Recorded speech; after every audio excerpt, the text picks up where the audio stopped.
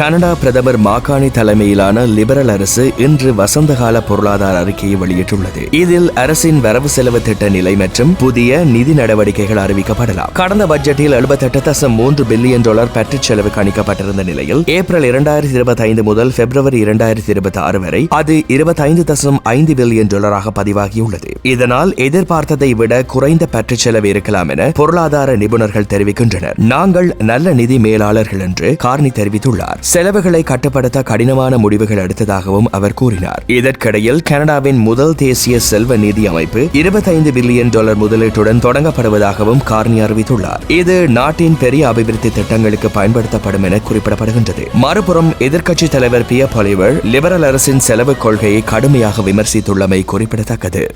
இந்த செய்தி உள்ளிட்ட மேலும் விரிவான செய்திகளுக்கு www.behindmenews.org என்ற இணையதளத்திற்கு சென்று பார்வையிடுங்கள்.